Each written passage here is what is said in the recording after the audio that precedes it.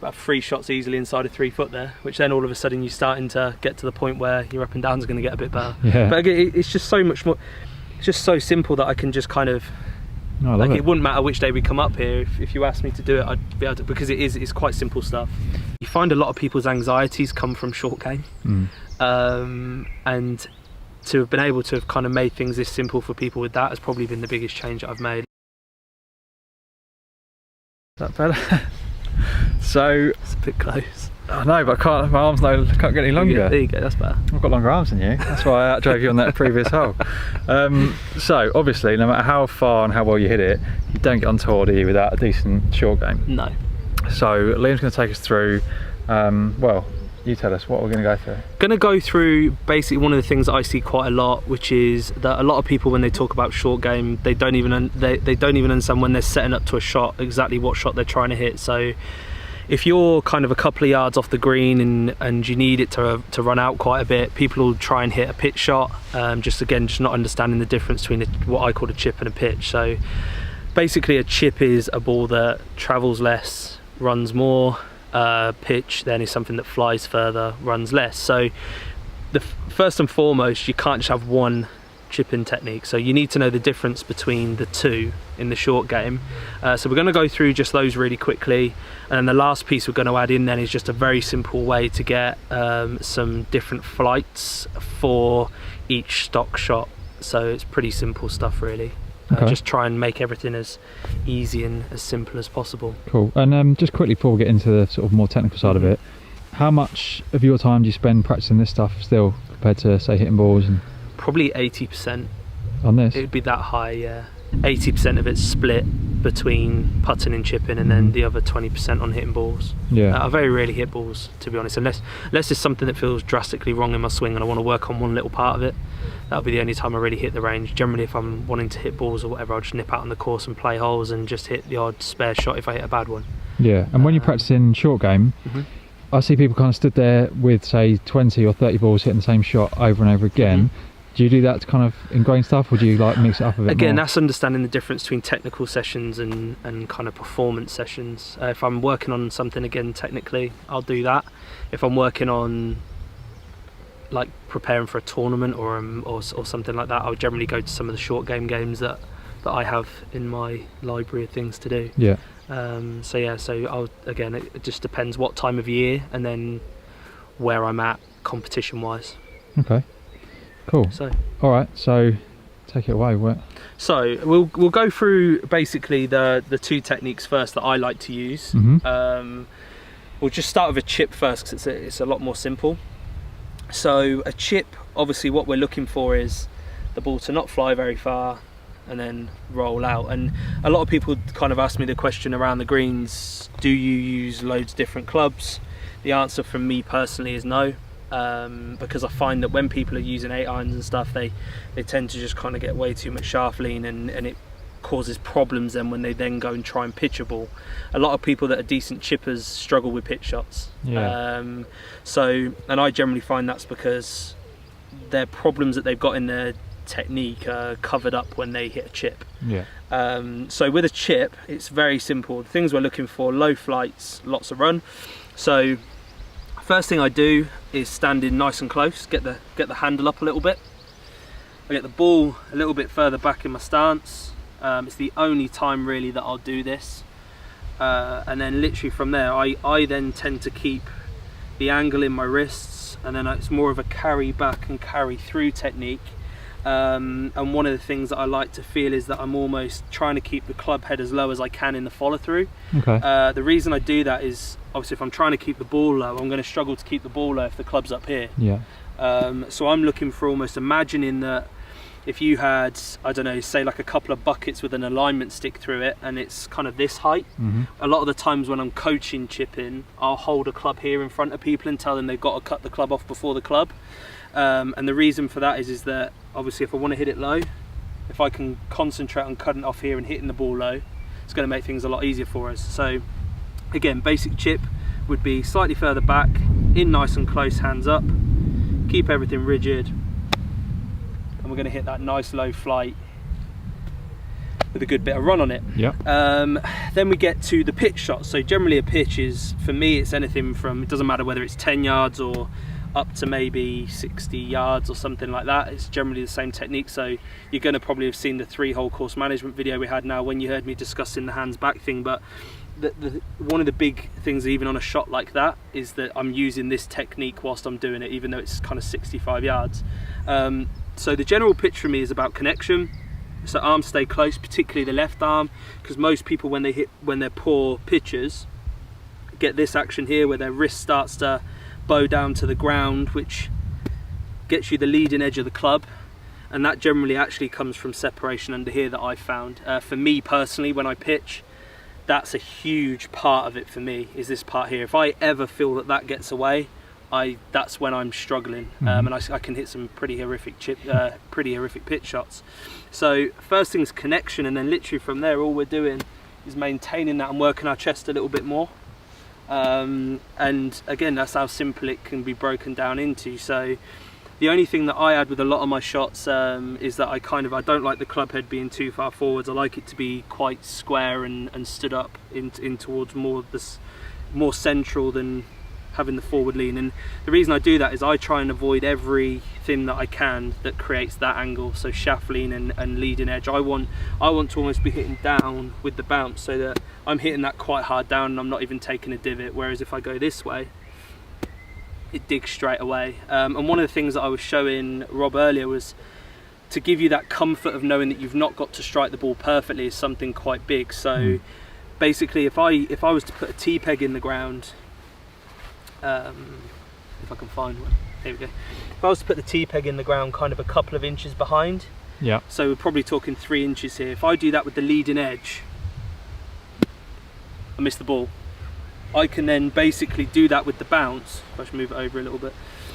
If I then do that with the bounce that far behind, I can still actually make half decent contact with the shot. Yeah. Obviously it's not perfect because I've hit it that far behind, but you get away with it, and it actually stops still. So for me, I try and do everything I possibly can to work the bounce, and I don't think a lot of people understand that, and it's something that I've learned a lot about over the last 3 or 4 months.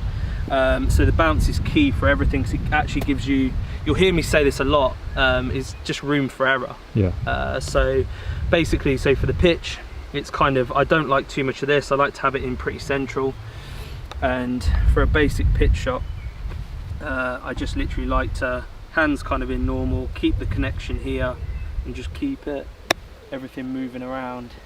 And again, you can hear that nice connection where I'm not digging whatsoever, but I've hit that probably 20 yards, 25 yards. If you were hitting like say a 60 or 70 yard pitch shot from fairway, like, you know, out on the course, yep, would you take a divot, or would you be looking just to kind of brush it and pick it clean?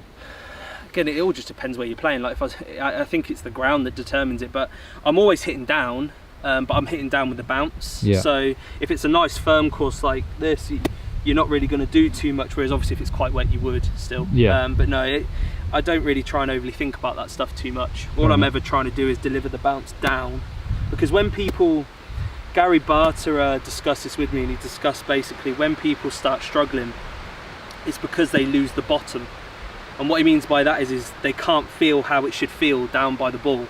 So that's when people start kind of yipping it and flicking it and doing all kinds of weird movements, because they can't feel what it's like at the bottom. Yeah. So I find when I'm doing these kind of techniques, there's just a lot less going on, and all I'm trying to do all the time is just deliver the club into the ground. Yeah, so that's the basic pitch shot. So that's the 2 shots. Yeah. And then if we want variations on them, so once you've got your basic techniques, you then might want to kind of vary up your flights and stuff like that. So the way that I like to kind of play the short game is I like to have my basic techniques, and then I like to have different flights that I don't have to do a load of crazy things to create. So I don't want to be kind of doing anything to add height or kind of having to do anything to create different flights. So the thing that I do is I keep the technique exactly the same, but what I like to do is this kind of 5 ball drill. 5 balls is generally the correct kind of width of stance that you're looking for when you're hitting a pitch shot. So basically you put 5 balls down, and just for a standard shot you just set up to the middle ball with the club behind it like you normally would. and then again you just hit it normally, so the nice connection, and that generally produces like a medium flight. Oh, lipped out. This for the standard one.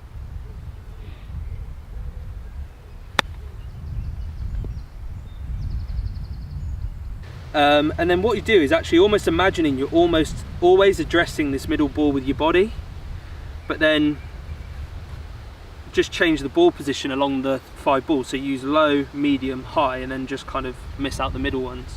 And again, what this does is it basically gets you in a little bit closer, and all of a sudden it just adds the shaft lean that you need to work the same club, to de-loft it. So you're making the same movement, but the ball position's changing. Exactly the same movement, but ball position's just changed in and amongst this. But it changes a lot of things without you noticing. It gets everything a bit more, it gets you the lead wrist angle that you need to hit one lower, to take spin off of a shot. So if I was to hit one from here now, same technique, it comes out nice and low and flat.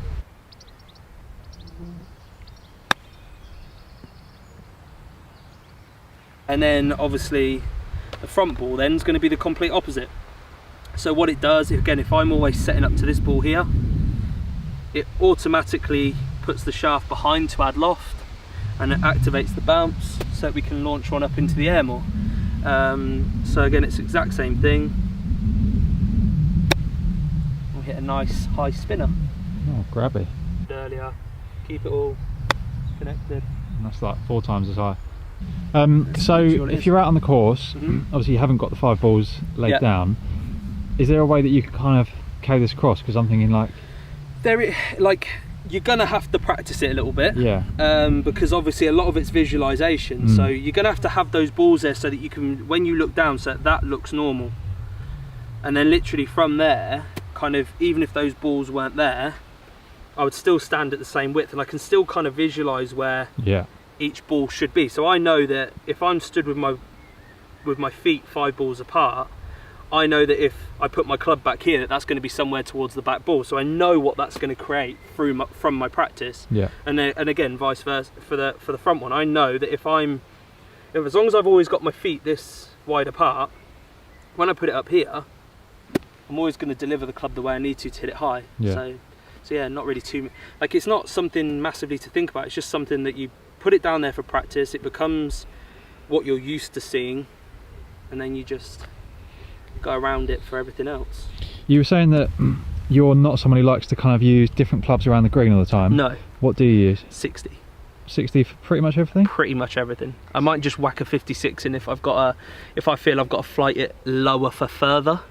I'll grab a 56 sometimes. But even if you've got to hit like a sort of, or you want to hit a low runny chip, you'll use a 60? I'll still use a 60, mate, yeah. Interesting. Yeah, about 3 shots easily inside of 3 foot there, which then all of a sudden you're starting to get to the point where your up and downs are going to get a bit better. Yeah. But again, it's just so much more, it's just so simple that I can just kind of, it wouldn't matter which day we come up here. If you asked me to do it, I'd be able to, because it's quite simple stuff.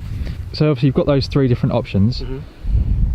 Is there one that you would like favour? So say if there was always loads of green to work with, would you tend to go for like the low one or the standard? Or different scenarios. So like, for example, if I was stood here now and we had different pins on this green, so if I had a back left pin, that's just it. That would probably be more of a shot that I'd go to my favourite one. So I could play that all 3 ways, but for me, taking that slope out of play is the easiest. So even though that shot's probably 35 yards, I'd still have it up in my stance a bit, and I'd probably go for the higher, spinnier one and fly it all the way to the top tier like that. Yeah. Because then I can get it settled. So that's almost kind of the tier that we're looking for. But equally, if you're a low runner of the ball, see, I prefer the higher stuff. I do prefer to see things a bit more flighted. Like you could be the lower one, and you could probably run it up a little bit. So it's just kind of personal preference and how you see it. Yeah, because I've just played the same shot twice, and obviously they're both pretty good. Do you know what I mean? Yeah. It's all just depends on the shot. Like if I was faced with a shot like this is just a standard pitch shot. I don't need to do anything crazy with it. Middle of the stance, hit it normally, and you'll notice out of all the 3 that I committed to properly, the first one that I hit is always kind of, well, it nearly went in. It was because that's probably the shot you practice the most. Yeah. But yeah, mate, that's kind of, because realistically in a round of golf, you're not going to need to go higher than what you do with the forward one. You're not going to need to go higher. To start going like crazy technique. Like how many times realistically do you actually need to hit a full flop shot? Yeah. Probably once a month. Yeah. People do try and hit 3 around, but it's craziness, because the last one that I hit there was so soft and high, don't really need to do much more. But just if you can keep it within these boundaries, it's going to make it a lot easier for you. But yeah, it's definitely been the bit that I've found has helped people probably the most, as much as the smash bag stuff in the long game has changed people's games. Like, you just whacked a 340-yard drive. Trying to make everything this simple in the short game, because you find a lot of people's anxieties come from short game. And to have been able to have kind of made things this simple for people with that has probably been the biggest change that I've made. But it's just making things as simple as you can with the short game. Just take error out of it. And when you're pitching, it's normally just using the bounce. Yeah. So yeah. Awesome. Simple as that, man. I like that, mate.